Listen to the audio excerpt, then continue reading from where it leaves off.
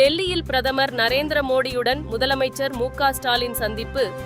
Metro rail, ஒருங்கிணைந்த கல்வி திட்ட நிதி, இலங்கை கடற்படையால் மீனவர்கள் சிறைபிடிக்கப்படுவதை தடுப்பது உள்ளிட்ட கோரிக்கைகள் அடங்கிய மனு அளிப்பு. சென்னை அமலாக்கத்துறை அலுவலகத்தில் ஆஜராகி கையெழுத்திட்டார் செந்தில் பாலாஜி. உச்சநீதிமன்றம் பிறப்பித்த ஜாமீன் நிபந்தனையின்படி அமலாக்கத்துறை அலுவலகத்தில் ஆஜர்.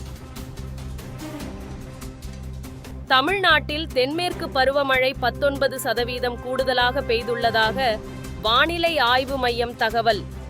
2024 ஜூன் மாதத்தில் இருந்து இயல்பை விட 373 மில்லிமீட்டர் அதிகம் பெய்த மழை. சென்னை உயர்நீதிமன்ற தலைமை நீதிபதியாக கே.ஆர். ஸ்ரீராம் பதவியேற்பு. பதவி பிரமாணம் செய்து வைத்தார் ஆளுநர் ஆர்.என். ரவி. சென்னையில் பொது இடங்களில் குப்பை கொட்டினால் விதிக்கப்படும் அபராத தொகையை உயர்த்த மாநகராட்சி நிர்வாகம் முடிவு.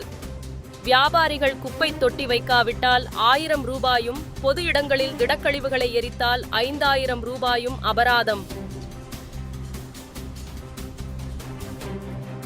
கோவில்பட்டியில் விமான பயிற்சி நிலையம் தொடர்பாக திட்ட அறிக்கை தயாரிக்க டெண்டர் அறிவிப்பு. விமான பயிற்சி நிலையம் அமைப்பதற்கான பணிகளை தொடங்கியது டிட்கோ. அண்ணா பல்கலைக்கழகத்துக்கு மின்னஞ்சல் மூலம் 12வது முறையாக வெடிகுண்டு மிரட்டல். போலீசார் நடத்திய சோதனையில் புரளி என தெரியவந்தது. சென்னையில் ஆபரண தங்கத்தின் விலை சவரனுக்கு 320 உயர்ந்து 56,800 ரூபாய்க்கு விற்பனை. 1 கிராம் வெள்ளியின் விலை 102 ரூபாய்க்கு விற்பனை. பஞ்சாப் முதல்வர் பகவந்த் மான் கல்லீரல் பாதிப்பு காரணமாக மருத்துவமனையில் அனுமதி. சிரோமணி அகாலிதளம் கட்சியின் மூத்த தலைவர் பிக்ரம் சிங் மஜிதியா தகவல். ஸ்ரீவில்லிபுத்தூர் அருகே மினி பேருந்து கவிழ்ந்து பள்ளி சிறுவன் உட்பட 4 பேர் உயிரிழப்பு. காயமடைந்த 10க்கும் மேற்பட்டோர் மருத்துவமனையில் அனுமதி. குஜராத்தில் வெள்ளத்தில் சிக்கிய தமிழக பயணிகள் சென்ற பேருந்து. நீண்ட போராட்டத்திற்கு பின்னர் 55 பேரை பத்திரமாக மீட்ட மீட்பு படையினர்.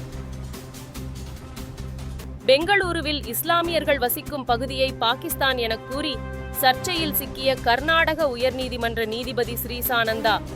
நீதிபதியை இடமாற்றம் செய்வது குறித்து உச்சநீதிமன்ற கொலீஜியம் குழு ஆலோசனை. ஹிஸ்புல்லா அமைப்பு ஒழிக்கப்படும் வரை இஸ்ரேல் ராணுவம் தொடர்ந்து தாக்குதல் நடத்தும். இஸ்ரேல் பிரதமர் பெஞ்சமின் நெதன்யாகு திட்டவட்டம். பங்களாதேஷ் அணிக்கு எதிரான 2வது டெஸ்ட் போட்டி. டாஸ் வென்று பந்துவீச்சை தேர்வு செய்த இந்திய அணி. கான்பூரில் ஈரமான அவுட்ஃபீல்டு காரணமாக டாஸ் போடுவதில் தாமதம். அனைத்து விதமான கிரிக்கெட்டில் இருந்தும் ஓய்வு பெறுவதாக வெஸ்ட் இண்டீஸ் அணி வீரர் டுவைன் பிராவோ அறிவிப்பு. கொல்கத்தா நைட் ரைடர்ஸ் அணியின் புதிய ஆலோசகராக நியமனம் செய்யப்பட்டார் பிராவோ.